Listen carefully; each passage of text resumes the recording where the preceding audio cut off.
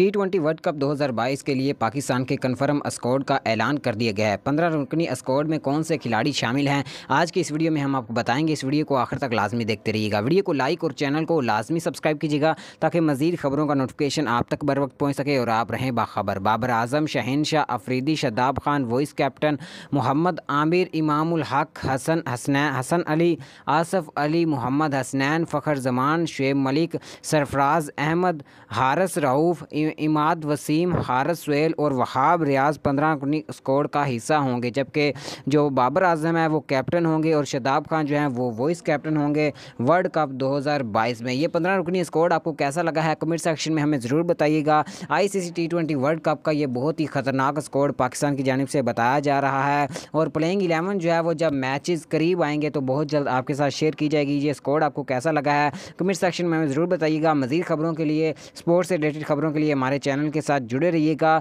अल्लाह हाफिज़।